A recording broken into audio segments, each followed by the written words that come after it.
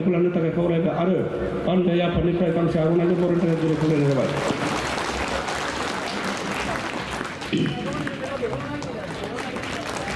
गोजोननाय थाबाय सारनिसिम।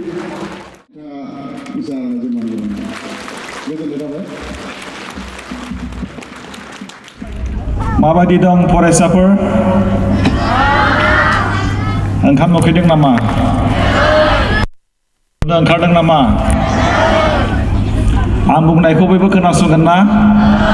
आखाइ थिखां। बयबो गसं। आं मा बुङो बुंफानांगोन। होस्राव होस्राव बुंनांगोन। जै बर' हारिनि। आं लेखा फरायगोन। आं लेखा गोरों जागोन। आं फेग्रा मुवा जानाय नङा। आं फरायनायखौ नागारनाय नङा। आं गावनि जिउखौ फोजोबनाय नङा। आं फोरोंगिरिफोरखौ मान होगोन। आं बिमा बिफाखौ सिबिगोन। आं देरहासारनि फिरफिला बिरहोगोन। गोजोन्थों। जिरायदो। जोबोरै मोजां मोनदों। सनाथि मायथाइ फालिथाय न'दुवार गुदि बर' थुनलाइ आफाद लोगोसे 27थि थान्दै जखनथाइ बिश्वनाथ जिल्ला बर' थुनलाइ आफाद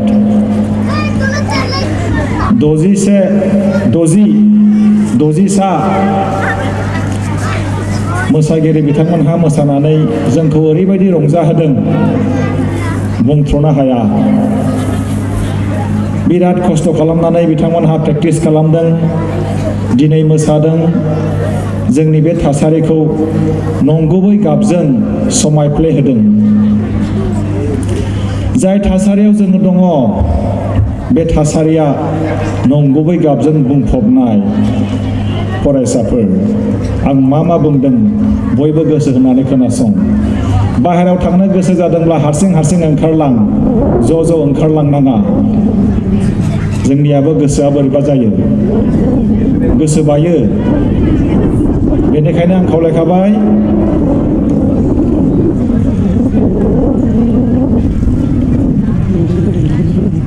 मानगोनां बे मेलखौ सामलायनाय आफादगिरि अम्बल नार्जारि बिथां, आंजों फैफानाय रनसाय बसुमतारी बिथां, जोंब्लाव ब्रह्म बिथां,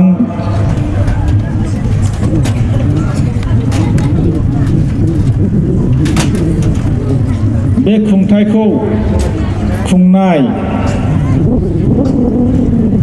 आफादगिरि मुस्रि कमलसिं बसुमतारी बिथां, नेहाथारि मुस्रि दानसोरां दैमारि बिथां, बानजाय आफादनि मानगोनां आफादगिरि बिथां बिजय कुमार बर', नेहाथारि बिथां मुस्रि राथुल बसुमतारी, बे हाबाफारियाव बाहागो लानाय रुपेन दैमारि बिथां, दानसोरां दैमारि बिथां, एबसुनि बे ओनसोलनि मासिगिरि आफादगिरि बिथां रन्जन रामसियारि, सासे गेदेरथार बिजनेसमेन बिथां सिमान्त मेस नार्जारि, लोगोसे जौसाङाव जिरायनाय बर' फरायसा आफादनि, बर' थुनलाइ आफादनि आरो गुबुन आफादनि दैदेनगिरि नोंथांमोन, बिमा बिफा, फोरोंगिरि आरो लोगोसे जोंनि बयनिबो अनजाथाव अनजालु अनजालि फरायसुला फरायसुलि नोंथांमोन। जोबोरै मोनसे मेहेरगोनां थासारि। जायखिजाया थासारिनिफ्राय जोङो थोजासे गियान बुथुमनो हायो। जोङो गावखौ थुलुंगाखांहोनो हायो। सोर साबेसे फरायसाया अख्रां सा सा बिरनो लुबैयो आखाइ थिखां। अख्रां सा सा सोर फरायसाफ्रा बिरनो लुबैयो आखाइ थिखां। आंबो थिखांबाय। अख्रां सा सा बिरनो आं लुबैयो। माखासेया बिरनो लुबैया। गोजोन्थों। नाथाय जोंहा गां गैया। माबायदि जोङो बिरनो? जोंहाबो गां दङ। बे गांखौ जोङो फोरानांगोन। जोंनि गाङा दाउनि गां नङा, सिलानि गां नङा। अख्रां सा सा बिरनो थाखाय जोङो मेलेमनि गोहोखौ फोरानांगोन। मेलेमनि गोहोजों जोङो अख्रां सा सा बिरनो हागोन। फरायसुला फरायसुलिफोर गोसो होथाबनानै जाय मानसिया दावरावनि गेजेरावबो खोनासंनो हागोन मिलौदो देंखो, बिथांमोनहा देरहासार जानो हागोन। जोंनि सोरगिदिं आगदा आगसि उन सिगां सान हर जेब्लायबो दावराव दावसि। जोङो रावखौबो बादा होनो हाया। नोङो सिरिथा होननानै जों बादा होनो हाया। नोङो माइकखौ दादाम जों बादा होनो हाया। नों बैसागुआव, नों मागोआव, गोदान बोसोराव माइक दामनानै नों मोसानाङा होननानै जों बादा होनो हाया। जेरैबो दावराव। सोरबा होसिख्रावदों, सोरबा गाबख्रावदों। नाथाय बे दावरावनि गेजेरावबो जोङो गोसो होथाबनानै मिलौदो देंखोजों खोनासंनो हानांगोन। दावरावनि गेजेरावबो जोङो मेथाइ खननो हानांगोन। जों देरहासार जागोन। बेयाव दिनै जोङो मानो फैदों? देरहासारनि लामा नागिर नागिर जों फैदों। दावलाया गेसेरो मा समाव? 3 बाजियाव जोंखौ फोजायो। सोर साबेसे फरायसाफोरनि न'आव दावला दङ आखाइ थिखांलाय। दावला, साबायखर। दावला गेसेरोबा सोर सिखारो? आखाइ थिखां। गोजोन्थों, साबायखर। दावला जोंखौ फोजायो। समनि गोनांथिखौ, समनि गुनखौ दावलाया दासिमबो बावाखै। जोंखौ फोरोंदों समखौ बेसेन होनो थाखाय। गोदोनि समाव जेब्ला जों उन्दै उन्दैमोन, जोंनि गामियाव दाहोना रुवाथिफ्रा दावला गेसेरबानो सिखारोमोन। जेब्ला फोथाराव हालेवोमोन दाहोनाफोरा, बिसोरो घरि गानामोन। सानखौ नायनानै बिसोरो बुंनो हायोमोन बेसेबां सम जाखो, माब्लासिम बिसोर खामानि मावगोन। समनि बिसोर गोनांथिखौ होयोमोन। फरायसाफोर, 1 सेकेन्डआव जोंनि जिउआ जोबस्रांनो हागौ। 1 सेकेन्डआव जोङो अख्रां सा सा बिरनो हागौ। बेनिखायनो समनि गोनांथिखौ गोसोआव ला। समा जोंखौ मा फोरोङो? 1 सेकेन्डआव जोङो मा सोलोंनो हायो? गेदेरफोरनि फंसे बाथ्राया जोंखौ अख्रां सा सा बिरनो थाखाय थुलुंगाखांहोगोन। फंसे गाज्रि रावा जोंखौ दसेनि गेजेराव फोजोबस्रांगोन। फंसे मोजां बोसोना, गोहोगोरा बोसोना जोंखौ थुलुंगाखांहोगोन। जोंहा खोमा दं बयहाबो, नङा होनबा? मोजां राव खोनासंनो थाखायसो जोंनो खोमाखौ होदों। खुगा दङ। खुगाजों जों मा खालामगोन? मोजां मोजां मुवा जोङो जागोन। मोजां मोजां बाथ्रा जोङो बुंगोन। गोसोआव हाबदों फरायसाफोर? सोरबा थेन्थ'नो ओंखारदोंबा दुफुं गसं। थेन्थ'नाया गोजानाव थांगोन बियो। फरायसाफोर, जों बयहाबो गोहो दङ। जोंनि आथिङाव, जोंनि मेगनाव, जोंनि खुगायाव, जोंनि गन्थङाव, जोंनि गोसोआव सानथ्र'हायै गोहो दङ। बे गोहोखौ जों सिनायनांगोन। जोंनि गोहोखौ सिनायैयाव जोङो लामा आन्दायो।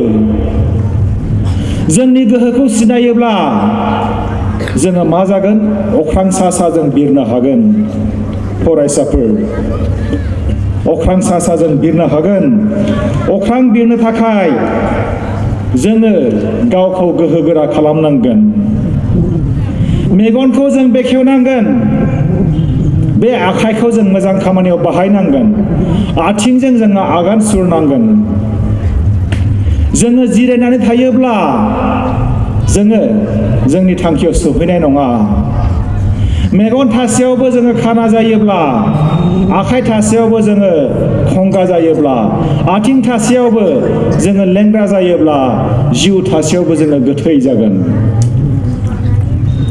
जोंनि बे जिउआ ओंथि गैयै जागोन नाथाय जोंनि बे जिउआ जोबोरै समायना जोङो खेबसे थैबाथाय जों बेखौ मोनफिनला जेब्लासिम जोङो थांनानै थागोन अब्लासिम जोङो थांनानै थानांगोन जेब्लासिम जोङो थांनानै थागोन अब्लासिम जोङो गाइखेर लोंनांगोन थालिर जानांगोन एपोल जानांगोन दै लोंनांगोन मेथाइ खननांगोन खन्थाइ आवरायनांगोन देरहासारनि फिरफिला जोङो बिरहोनो हागोन मेगनखौ आथिंखौ आखाइखौ जिउखौ पेरालाइज दा खालाम बेंगुरा दा खालाम अखाफोराव सोर थांदों जों बायदि मानसियानो थांदों माउन्ट एभारेस्टआव सोर गाखोदों जों बायदि मानसियानो गाखोदों नाथाय बैबायदि मानसिया गावखौनो बिराद गोहोगोरा खालामनानै लादों जों बबेयाव आन्दायदों जाय मानसिया अखाफोराव थांदों आथिं थोंनै दङ आखाइ थाइनै दङ मेगन थाइनै दङ जों बादिनो दङ नाथाय जोङो दिनै आन्दायोब्ला जानाय नङा जों अखाफोराव थांनो हाया जानो हागौ जाय मानसिफ्रा अखाफोराव थांदों बैबायदि जोङो जानो हाया जानो हागौ नाथाय जोंहा गोहो दङ माबा मोनसे गोहो दङ बिजनेस मावनो हानायनि आबाद मावनो हानायनि साख्रि मावनो हानायनि जोंहा गोहो दङ मेथाइ खननो हानायनि मोसानो हानायनि खन्थाइ आवरायनो हानायनि जारिमिन सुजुनो हानायनि जोंहा गोहो दङ आङो नोंथांमोननि सिगाङाव बुंगोन नोंथांमोननि गेजेरनिफ्राय सानसे नङा सानसे सोरबा डक्टर जागोन सोरबा प्रफेसर जागोन सोरबा इन्जिनियार जागोन सोरबा बिराद गेदेर बिजनेसमेन जागोन नोंथांमोनहा डायरियाव लिरनानै दोन अजित सारा ओरैबायदि होनलांदों बेनिफ्राय जेब्ला नोंथांमोनहा डक्टर जागोन अब्ला बै समाव आङो बोरायहैगोन नोंथांमोनहा आंनो मेसेज हर नोंथांमोनहा आंनो फन हर नोंथां होननाय बायदि आं डक्टर जाबाय आं इन्जिनियार जाबाय आंनि मेगननिफ्राय दुंब्रुद मोदै गगोन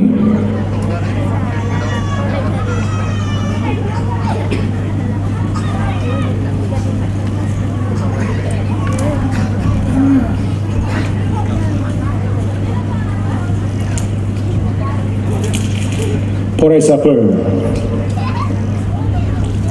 नोंथांमोननि थाखाय जों फैदों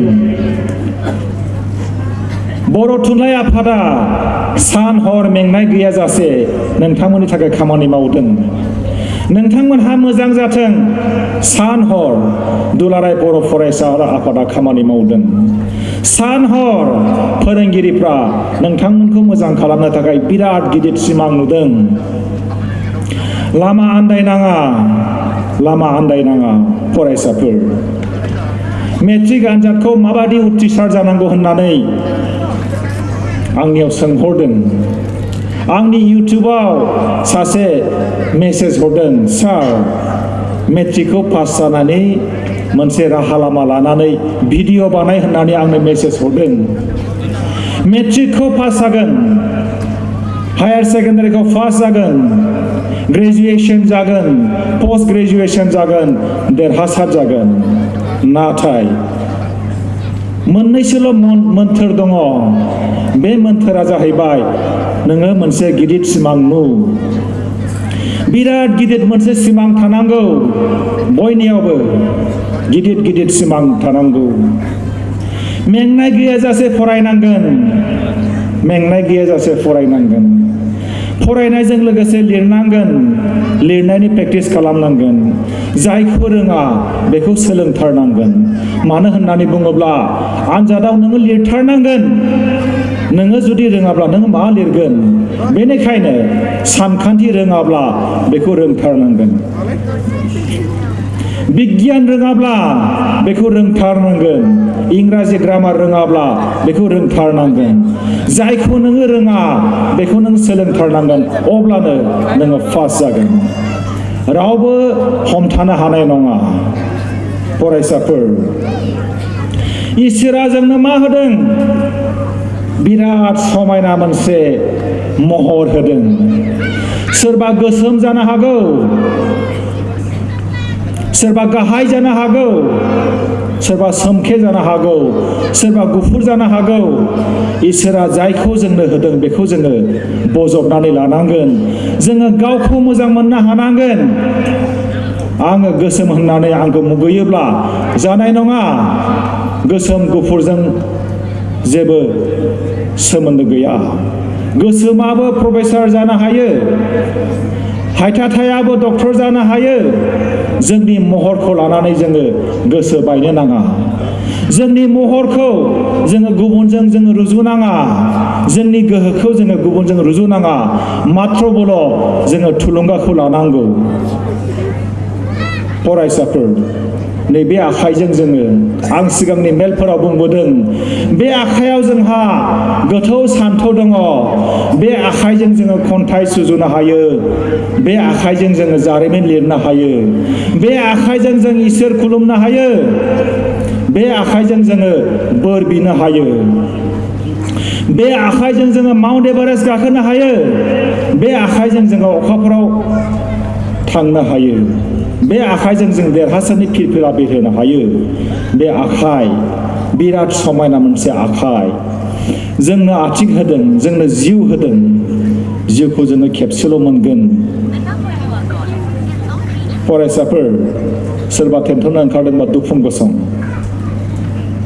टेन्टनो ओंखारनाया थानाय नङा बेयाव मानो फैदों जोङो लामा नागिर जोङो फैदों लामा नांगौ आंनो बबेथिं थाङोब्ला आङो माउन्ट एभारेस्टआव थांनो हागोन बबेथिं थाङोब्ला आङो अखाफोराव थांनो हागोन बबेथिं थाङोब्ला आङो मटर साइकेल बायनो हागोन गारि बायनो हागोन समायना न' लुनो हागोन साख्रि मोननो हागोन बेयो जोंनि लुबैनाय बयबो लुबैयो थाखा खामायनो थाखाय नाथाय बैसिम सौहैनो थाखाय जोङो स्ट्रागल खालामनांगोन जोङो दावहा नांनांगोन फरायसाफोर नोंथांमोनहा मिथिगौ ना आखाइ गैयै मानसिया बोरला गावनो हायो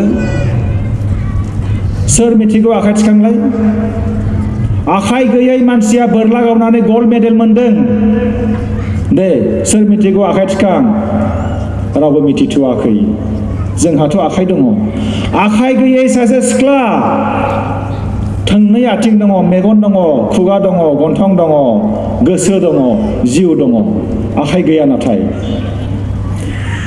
आखाइ गैयाब्लाबो बियो बोरला गावनानै गल्ड मेडेल मोननो हादों शीतल देवी जायनि मुंखौ खोनायोब्ला आङो बिराद देरगाखाङो शीतल देवी नोंथांमोनहा मिथिगोन बिथाङा सोर आखायानो गैयाब्ला माबायदि बोरला गावनो हाखो माबायदि सनानि मेडेल मोननो हाखो जोंनो जिउआव मा नांगौ जोंबो लुबैयो सनानि मेडेल मोनथों जोंबो लुबैयो रुपानि मेडेल मोनथों माबा मोनसे मेडेल मोनथों बयजोंबो अनजाथों बयजोंबो सिनायजाथों बयजोंबो मान मोनजाथों बेखौ जों लुबैयो सोर लुबैया बयबो लुबैयो नाथाय ओरैबायदि मोनसे खामानि मावनो हानांगोन जाय खामानिया समाजनि रोजा रोजा मानसिखौ थुलुंगा होनो हागोन बैबायदि खामानि मावनांगोन नोङो न' सिङावनो उन्दुबाय थायोब्ला आथिं थासेयावबो नोङो आगान सुराब्ला आखाइ थासेयावबो नोङो खन्थाइ सुजुवाब्ला आखाइ थासेयावबो नोङो बोर बियाब्ला नोङो बोरै देरहासार जानो देरहासादा जोंनि खाथियावनो दङ नाथाय बेखौ जोङो आन्दायदों जोङो आन्दायो माब्लाबा माब्लाबा मानो आन्दायो जोंनियाव थोजासे गियान गैया आङो बुंदों जाय मानसिया लेखा गोरों जागोन बियो खोमसियावबो लामा थाबायनो हागोन जोङो खोमसियावबो लामा आन्दायनाय नङा जाय मानसिया लेखा रोङा बिसोर सोराङावबो लामा आन्दायगोन सोराङावबो बिसोरो नुनाय नङा लामाखौ बबेथिं थांनांगौ मा मावनांगौ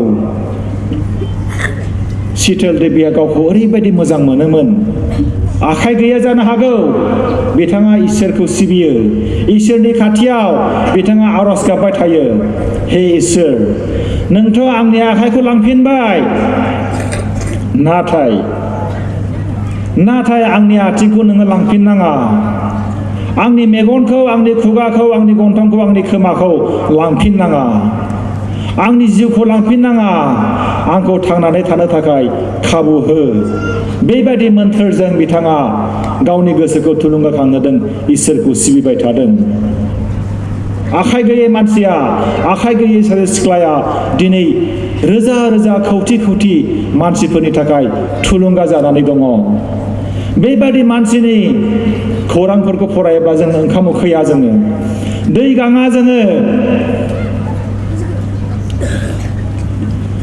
जोंनि मेगननिफ्राय दुंब्रुद मोदै गयो बैबादि मानसिनि सासे आखाइ गैयै सिख्लानि जिउ खौरां बेसेबां दुखुनांथाव नङा होनबा जोंहा जुदि आखायानो थायाब्ला जोङो गाबै गाबै मा जागोन जोङो बेंगुरा जागोन जोङो लामा आन्दायगोन जोंनि इयुना खोमसि जागोन आं बेखायनो बुंदों इसोरा जोंनो जायखौ होदों बेखौ जोङो आजावनानै लानांगोन बेखौनो जोङो मोजां मोननांगोन गावखौ जोङो मोजां मोननांगोन जाय मानसिया गावखौ मोजां मोनगोन बियो सुइसाइड खालामनाय नङा आं बुंदों जाय मानसिया गावखौ मोजां मोनगोन बियो फेग्रा मुवा जानाय नङा जाय मानसिया गावखौ मोजां मोनगोन खोमसियावबो बे लामा आन्दायनाय नङा जाय मानसिया गावखौ मोजां मोनगोन देरहासारनि फिरफिला बेरहोनो हागोन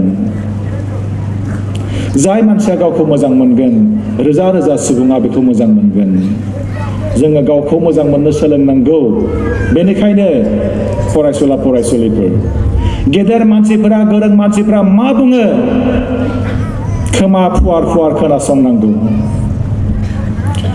मेल मिटिङाव जेब्ला जोङो थाङो जोङो खोनासङो सोर मा बुंदों मोजां मोजां बाथ्राखौ जोङो गोसोआव सोनानै लायो लाखुमायो जों गोसोआव बिथाङा ओरैबायदि बुंदों आंनि गाज्रि हुदाखौ आं नागारसिगोन आं मोजां हुदा दासिगोन आं देरहासार जागोन आं गारि बायगोन आं मोजां समायना न' लुगोन बेबायदि जोङो गोसोजों गोसो सानखांबाय थायो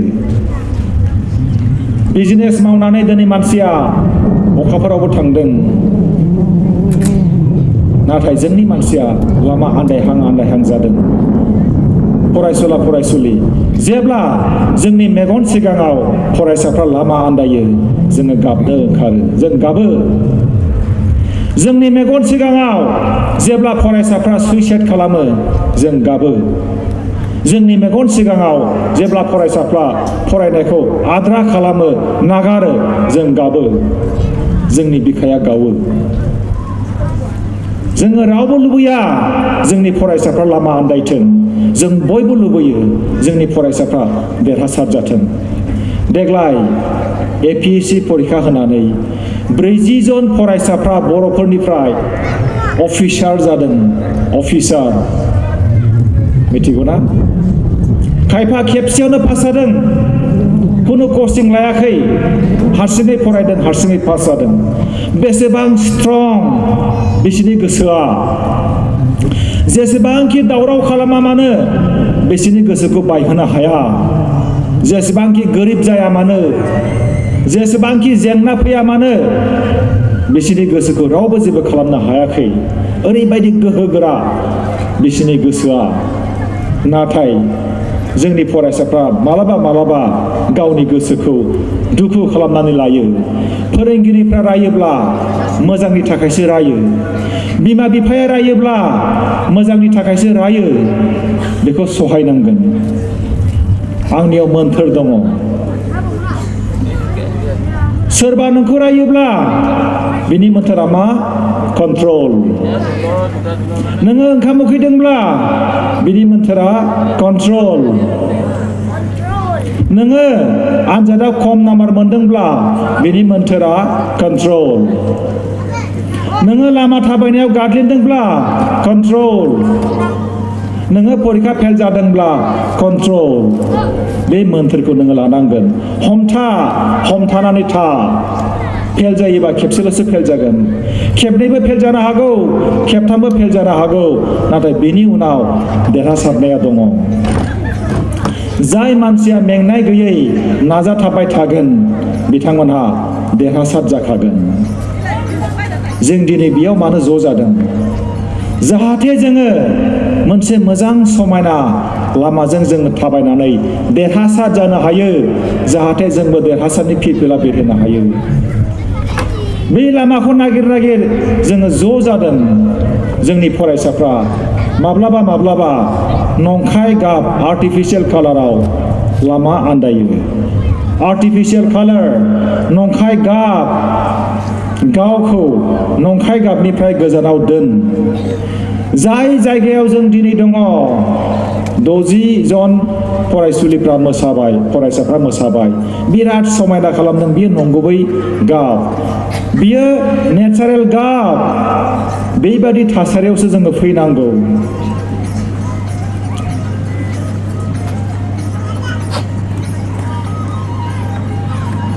गोदान बोसोर होननानै खायफा खना खनला मा खालामो पिकनिक जायो बै जाहैबाय आर्टिफिशियेल कालार नंखाय गाब मोसायो बिरादनो बैबादि जायगायाव थांनांगौनि जेबो गोनांथि गैया फरायसाफोर आङो बुंदों थांनांगौनि जेबो गोनांथि गैया बैबादियाव थाङोब्ला गेदेरफ्रा थांगोन फरायसाफ्राबो थांगोन नाथाय जाय थासारिया सैथो बै थासारियावसो थाबाय था जोङो बिजिरनो सोलोंनांगोन बबे थासारिया नंगुबै बबे थासारिया नंखाय नोंसिनि आइ आफानाव सों बिसोरहा मा सिमां दङ नोंसोर गाज्रि खामानि मावोब्ला बिसोरनि बिखाया गावोना गावा सों दा हराव सोंहैथां नोंसिनि आइ आफाया नोंसोरखौ मा जाजानो लुबैदों बिसोरो बुंगोन डक्टर इन्जिनियार प्रफेसर टिचार आबादारि बयनिबो बिमा बिफानि गोसोआव बिराद गिदिर मोनसे सिमां दङ सिमां बे सिमांखौ नोंसिनि मोजांनि थाखायसो नुदों नोंसोरो जाहाथे इयुनाव देरहासार जानानै माहाजोन मानसि जायो अफिसार मानसि जायो मोजां मानसि जायो बेबायदि सिमां बेनिखायनो आन्दायनाङा अरुणिमा सिन्हानि बाथ्राखौ सोर साबैसेया मिथिगौ आखाइ थिखांलाय ओरैजाय मिथिगौ अरुणिमा सिन्हा साबायखर अरुणिमा सिन्हाया सासे भारतारि आइजो बिथाङा आथिंबो दं आखाइबो दं खुगा दं मेगन दं गन्थं दं नाथाय बिथांहा ओरैबायदि मोनसे खैफोद गोनां सम फैदोंमोन खारबाय थानाय ट्रेननिफ्राय बिथांखौ नाख्लायदोंमोन बेबायदि जारिमिना गोजाम जाया माब्लाबाबो गोजाम जाया 100 बोसोरनि उनावबो गोजाम जाया बैबादि थासारिया बैबादि आइजोनि जि थुलुंगाथाव स्ट'रि बियो गोजाम जाया 100 बार बेखौ रायखांब्लाबो गोजाम जाया ट्रेननिफ्राय नाख्लायबाय बेनि आथिङा दानस' जाबाय रेल लाइनाव गोग्लैनानै रेलजों बिथांनि आथिंखौ दानस'बाय हरसे माने बियो गाबबाय थाबाय आयै आफा इसोर आंखौ हस्पिटालाव लांफैदो आंखौ बासायफैदो सानायजोंसो गाबदों नाथाय सानायजोंसो गाबदों बिथांनि गोसोआ बायाखै हरसे माने बिथाङा बेयावनो गोग्लैदों थांलाय फैलाय ट्रेन रावबो मिथिया बिथाङा बुंदों इसोर नोंथ' आंनि आथिं थोंसेखौ लांबायानोसै आंनि जिउखौ दालां आंखौ थांनानै थानायनि खाबु हो इसोर नोंनि थाखाय बिराद गेदेरथार खामानि आं मावगोन बेबायदि गोसोआव मोनसे बाथ्रा बुंबाय अरुणिमा सिन्हाया खाफाल मोजां सोरबा मानसिया बिथांखौ नुनानै हस्पिटालाव लांबाय हस्पिटालाव बिथाङा सेन्सलेस जानाय मानसिया मोजां जाबाय इसोरखौ बिथाङा साबायखर होबाय आथिंखौ दानस'बाय होननानै मिथिगौ बियो आथिं फारसे गैलिया अब्लाबो बियो गाबाखै बियो गाबदोंल'मोन आथिङा बेना बिराद सादों बेखायसो बियो गाबदोंमोन थोंसे आथिं थानाय सासे आइजोआ आर्टिफिशियेल आथिं लागायनानै दिनैबो थाबायदों गाबोनबो थाबायदों समफोरबो थाबायदों बिनि उनाव बिथाङा खारदों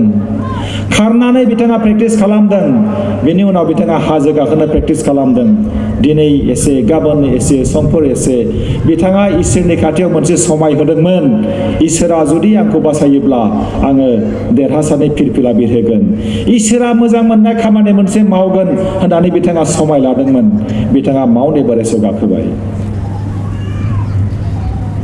थोंसे आथिंजों माउन्ट एभारेस्टआव बिथाङा गाखोबाय बेसेबां थुलुंगाथाव आर्टिफिशियेल आथिं बेसेबां पावारफुल माइन्डसेट बेसेबां गोहोगोरा बिथांनि गोसोआ जों बयबो अरुणिमा सिन्हा बायदि जानो हाया थिग जानो हाया नाथाय जोंहाबो गोहो दङ माबा मोनसे जानो हानाय नोंथांमोननि गेजेराव नाजायोब्ला माउन्ट एभारेस्टबो गाखोनो हागोन अखाफोरावबो थांनो हागोन नाथाय नाजाथाबनांगोन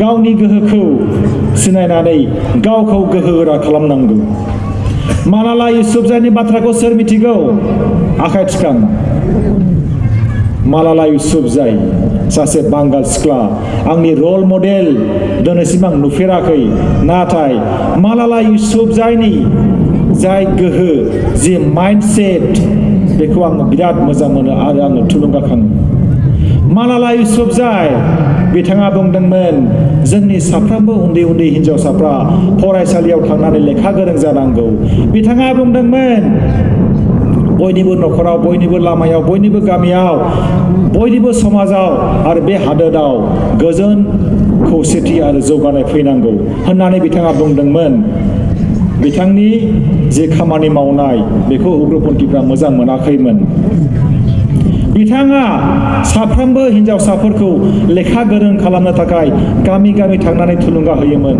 स्कुलाव थांहोयोमोन बेखौ नुनानै उग्रपन्थीया मालाला युसुफजाईनि खर'आव गुलि गावदों मालाला युसुफजाईया जायगायावनो गोग्लैदों बिथाङा हस्पिटालाव थांबाय बिथाङा सिरि मोनबाय बेसेबांबा गोबाव साननि उनाव बिथाङा इसोरखौ बुंबाय बिथाङा आल्लाहखौ बुंबाय साबायखर इसोर साबायखर आल्लाह साबायखर इसोर साबायखर आल्लाह नोंथाङा आंखौ बासायबाय नोंथांनो आङो दिन्थिगोन आं मा खामानि मावनो हागौ आं दिन्थिगोन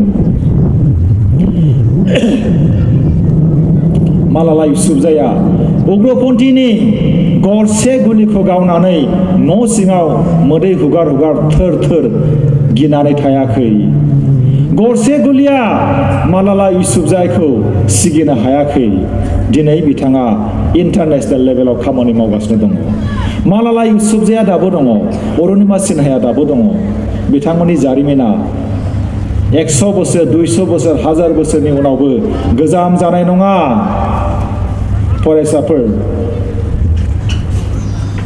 ओंखाम उखैबाय नामा ओंखाम उखैबाय ग्रेट ओंखामखौ सानसेयाव खेबथाम गाहाम जायो नङा होनबा आंथ' सानसेयाव खेबसेल' ओंखाम जायो खेबसे ओंखाम जाब्लानो जायो आंहा ओंखामखौनो उखैया आङो सोर साबेसे गाइखेर लोंनो मोजां मोनो आखाइ थिखांलाय बेसेबां लोङो दे सानसेयाव कापसे गिलाससे आं सेरसेयाव 1 लिटार गाइखेर लोङो आङो साबायखर सानसेयाव आङो गाइखेर सेरसे लोङो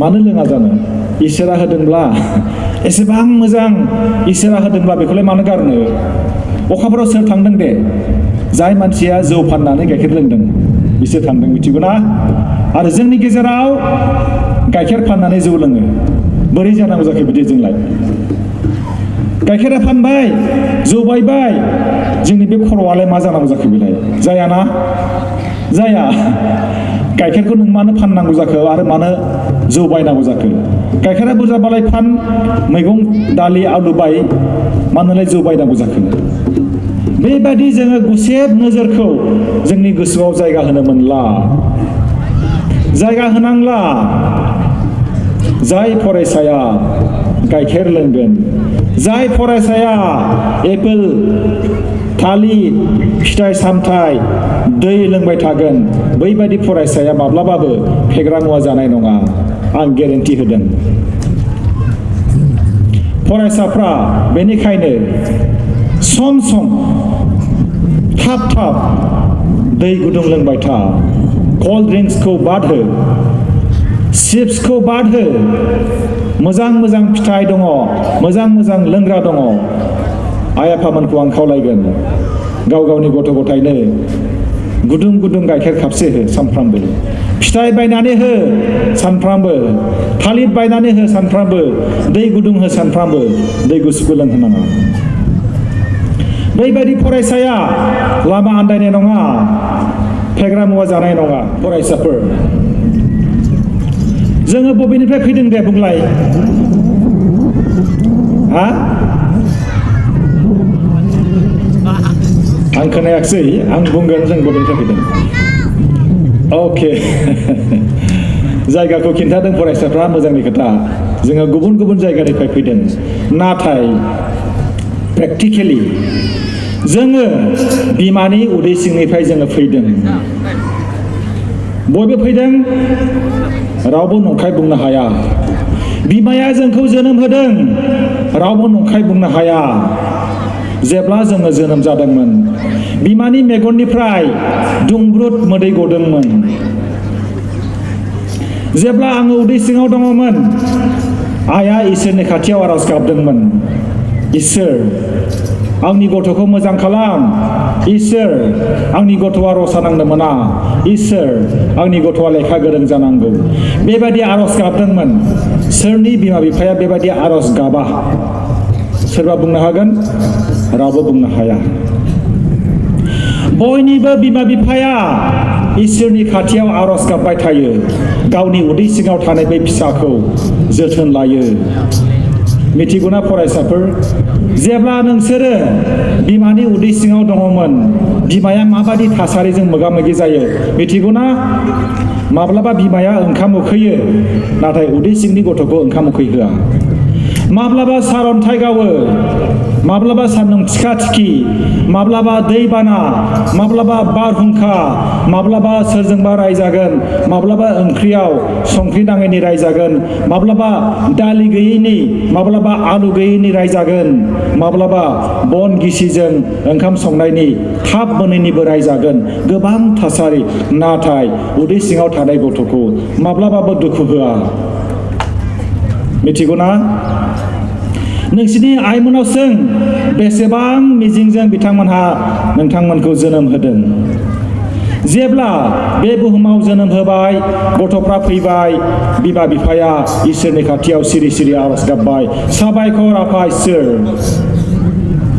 आंनि न'खराव नोंथाङा हिन्जावसा गथ' जोनोम होबाय साबायखर आफा इसोर आंनि न'खराव नोंथांमोनहा हौवासा गथ' जोनोम होबाय इसोर नोंथांनि खाथियाव आं आरज गाबबावदों जाहाथे आंनि गथ' गथायखौ लामा आन्दायहोआ जेब्ला सासे बिमानि मेगनाव सासे गथ'आ फेग्रा मुवा जानानै गोदाव सोराव जागोन बे बिमाया मा जागोन गाबनायजों बियो गाबनायजों दुखुजों बिनि बिखाया गावगोन जाय फिसाखौ बियो उदै सिङाव 9 मास लानानै जोनोम होदोंमोन बिराद गिदिर मोनसे मिजिंजों जोनोम होदोंमोन बै फिसाया बिमानि मेगन नोजोराव सुइसाइड खालामोब्ला बेसेबां दुखु मोनगोन फरायनायखौ आद्रा खालामोब्ला बेसेबां दुखु मोनगोन बे दुखुखौ जोङो बुंथ्र'नो हाया अन्नानै सासे बिमाखौ आं लेंहरगोन बिसिम फैनो थाखाय भलन्टियार्सफ्रा हेल्प खालाम सासे बिमा जायहा गथ' गथाय दङ बिसोर फैनांगौ अननानै। बिमानि मिजिं बिफानि मिजिं जों मिथिगौ बयनिबो बिमा बिफाया साख्रि मावा, खायफानि बिमा बिफाया लेबार मावो, हाजिरा मावो, सानसेयाव 100-200 खामायो, नाथाय गथ'फोरखौ रसा नांहोआ बिसोरो। बेसेबां गिदिर मिथिगौना हाजिरा मावोबा बेसेबां खस्थ' जायो। दा सान्दुङाव जों ओंखारनो हानाय नङा, नाथाय जोंनि आइ आफाया सान्दुं थिखा थिखि सोरनिबा न' सिबदों, सोरनिबा गोबोरखि गारदों, सोरनिबा खि नालाखौ साफा खालामदों, सोरनिबा हालेवदों। बेसेबां दुखुनांथाव बिथांमोननि गोसोआव दङ। आं दिनै खामानि मावनानै 100-200 खामायगोन, आंनि गथ' गथायखौ जाहाथे आङो मोजाङै जाहोनो हायो। बेसेबां मिजिं दङ। दानसोरां लाबोनो हागोन ना सासे बिमाखौ लेंबो अननानै। फरायसाफोर उननि समफ्राव आरो आङो लोगो मोनबावगोन नोंथांमोनखौ। आं बारा गोबाव सम लानो नंलिया। जोङो कुइसन सोङो नङा होनबा? कुइसननि फिननायखौ जों मोननो लुबैयो। बे कुइसनखौ जों सोरनाव सोङो? खायफा आन्दायो, गावनाव सोङा। बेलेगनावल' सोङो, नाथाय कुइसनखौ जों गावनियावबो सोंनांगौ। गावनियावबो सों, आं बबेनिफ्राय फैदोंमोनलाय? आं बबेहाय थांगौमोन बा आं बबेहाय थांनांगौमोन? आं बबेहाय थांगोन? आं माब्ला सिखारनांगौमोनलाय? आं माब्ला फरायनांगौमोनलाय? गावनावबो सों। नोंथांमोनहा खोनानानै जोबोद आबेगिक जागोन। सासे इन्जिनियार बिथांजों आङो भिडिअ लादों, इन्टारभिउ लादों। बिथांखौ बुंदोंमोन सानसे समाव, हे फिसा नोंखौ फोरोंनो थाखाय आं हालिया, नोङो लावखार थादो होननानै बुंदोंमोन। नाथाय बिथाङा कन्ट्रल गोसोखौ हमथानानै थाबाय। बै फरायसाया फरायनो बिराद गोसो। फरायनो गोसो नालाय बियो रबिबारावबो बे स्कुलाव थाङो। मिथिगौ ना? सोरबा थांफेरदों बिदि? थांफेराखै। रबिबारावबो बे स्कुलाव थांदों। लोगोफ्रा बुंदों, है दिनै स्कुल गैयालै, नाथाय बियो फोथाया। बियो स्कुलाव थांथारदों। थांनानै नुहैबाय रावबो गैया। नंगौथ' आरो दिनै बन्द'। माब्लाबा बियो बन्द'आवबो स्कुलाव थांदों।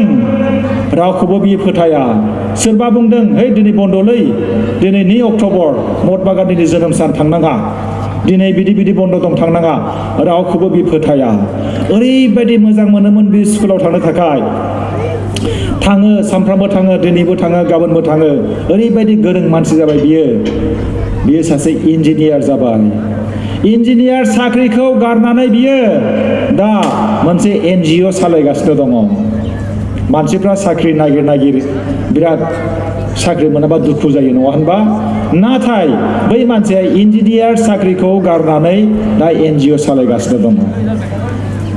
फरायसाफोर सासे आरोबाव बिदिनो फरायसा 6 थाखोआव बियो नवोदया बिद्यालयाव फरायबाय। दानिया बियो फरायनायखौ गारहां जाबाय। बियो गोसोआव सानबाय, आंनि आफानो आङो खिन्थाहैनोसै, आं आरो लेखा फरायलिया। मानो? बियो बर' मिडियामनिफ्राय थांनाय नवोदया बिद्यालयाव हिन्दीनि रायलायनांगौ, इंराजि रायलायनांगौ, नाथाय बे रोङा।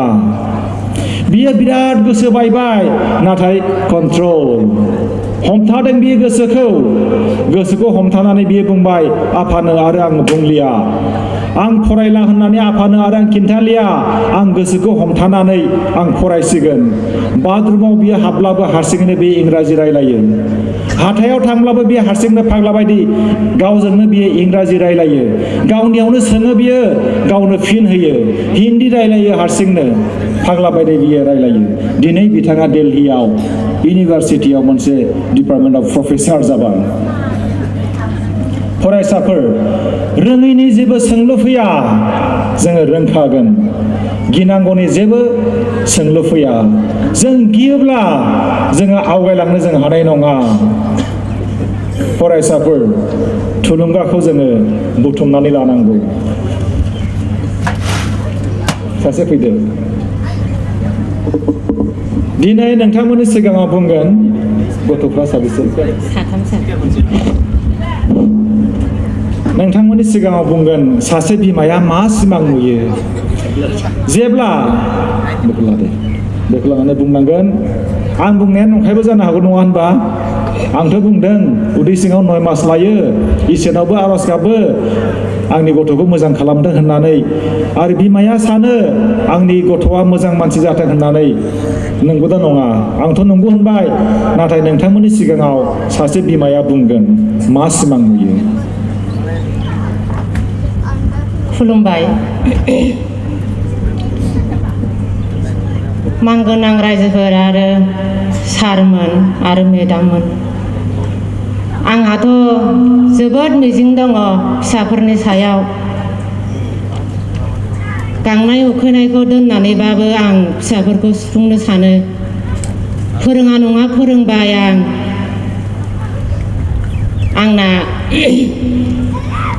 फिसाया दा 3 फिसावा 2 फिसाजो 1 आंनि फिसालाया दा फराया नङा फरायबाय गुवाहाटी इउनिभारसिटियाव MA आरो नैथि फिसालाया राङापारा कलेजाव डिग्री 4 जाबाय आरो 3थि फिसाजोआ नै दा एबार मेट्रिक आनजाद होगोन जाहाथे फिसाफोरखौ लोङा जायानो आं जोबोद जोथोनै लायो आरो नायो आरो बिजिरो बिसोरखौ मोजां जागोबा दा गथ'फ्रासो मा सानो होमबाबो मोजांनि गेजेरजोंनो जोबोद अबाव थांदों अबेहाय मा खालामहैदों आंनि फिसाया अबावहाय माबा मोनसे लाहैखुमादों नामा निसा बुस्थु हर सान जेरावखि थाङा मानो आं फिसाखौ थांनायावबो बुंहरखायो आरो फैनायावबो आङो बे हरनि खैथासे समाव फैगोन आं बेखौ सिलायावनो जिरायनानै थाबाय थायो आरो दसे माने एखेबारे आङो उन्दुनो ओंखारनानै दसे उन्दुबाबो आं बिसिनायावनो माने थाल लाबाय थायो आरो गथ'खौ खैथासोआव थांदोंमोन आरो खैथायाव सफैफिनदों आरो आंना फिसाफ्राबो जाय सफैबाथाय आयै उन्दुबाय नामा होननानै गाबज्रिफैखायो आरो आंनिया मनिता ब्रह्म सार जायगाया सिरसायाव बे जायगानिनो आरो आङो खोनाबाय बयबो आखाइ खबनानै हो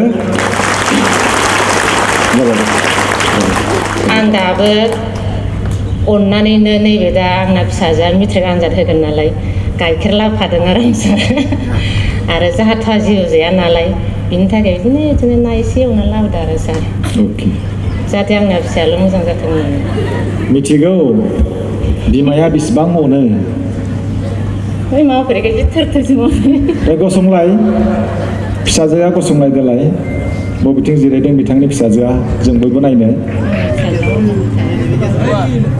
अके सासे बिमाया गावनि गथ'खौ बेसेबां अनो आंनि बुंनाया नंखायबो जानो हागौ सासे बिमायानो खिन्थाबाय गाइखेरबो लाबोदोंनो आं सानदों आंनोसो लाबोदों नामा गाइखेर लाबोदों बेसेबां थुलुंगाथाव बेसेबां जोथोन लायो मिथिगौ ना बिमानि बे अननायखौ नोंसोरो गोरबोआव लाबाय थानो हानांगोन बिमानि अननाय मोनोब्ला बिफानि अननाय मोनोब्ला नोंसोरो आवगायलांनो हागोन आङो दुखु मोनगोन सोरहाबा जुदि बिमा गैयाब्ला सोरहाबा जुदि बिफा गैयाब्ला नाथाय जोङो बयजोंबो दङ बिमा गैया होननानै खायफा दुखु दामोन बिफा गैया होननानै खायफा दुखु दामोन बे जिउआ जोंनि आखायावसो नोंनि जिउआ नोंनि आखायावसो जोंनि जिउआ जों बयनिबो आखायावसो दङ जोङो बबेहाय थांनो लुबैदों नाथाय बिमानि थुलुंगा आरो अननायखौ लानो हानांगोन जोबनायाव आङो खन्थाइ मोनसे फरायगोन बयबो खोनासंदो आंनि खन्थाइया जाहैबाय सिरिमोन स्कार आरो दिनैनो जागाय स्कार दानो स्कार जागाय दानो जागाय जेराव दं बेनिफ्रायनो जागाय आगान सुर दानो आगान सुर दिनैनो समानो साबसिन सम गाबोनखौ लामा दानाय आखायाव जि एसे दं बेजोंनो जागाय जि एसे गोहो दं बेजोंनो जागाय गैया जानो हागौ नोंनियाव थोजासे अब्लाबो बेजोंनो जागाय नोंनि थांखिसिम सौहैनो थाखाय जागाय गादलिननो हागौ गोग्लैनो हागौ गोरोन्थि जानो हागौ गोदानै जान्जि खाफ्राफिन आरो जागायफिन गोसोआव बायदि जेंना सोमजिनो हागौ गिनाय लोरबांथि दरसि अब्लाबो जागाय सान्दुं अखा बारहुंखा बांग्रिं दैबानाया नोंखौ हेंथा होखागोन अब्लाबो नों जागाय समा नोंखौ नेथ'नाय नङा बैसोआ नोंखौ नेथ'नाय नङा रावनिबो नों गेजेन दाजा नों जागाय समा बेसेन गोसा अनथोब से सेकेन्डआबो जोंनि थाखाय बेसेन गोसा जोथोन ला आरो मान हो मोनफ्रोमबो समा जागायनायनि थाखाय मानो माब्ला बेफोर सोंलुआव आन्दायनो नाङा थाथ'नो नाङा फिननाय मोननो थाखाय दानो जागाय मावा हाया गोब्राब जाथावना नङा बायदि रावफोरा नोंनि जेननायनि इसारा खोमसियाव आन्दाज खालाम लामा थाबाय दै बानायाव सानस्रि गावखौ रैखाथि हो बांग्रिङाव दिदोम गसंनानै था सारअन्थाइ गावनायाव आनज्रायनानै था बारहुंखायाव हमथानानै था गाज्रि सोदोब खोनायोब्ला खोमा फांथे गाज्रि नुथाय नुयोब्ला मेगन फांथे फेग्रा मुवा नुयोब्ला खुगा फांथे गेसाव मोनामोब्ला गन्थं फांथे सिरिमोन सिखार आरो दिनैनो जागाय थांनानै थानायनि समा दिनैनो गोजोन्थों।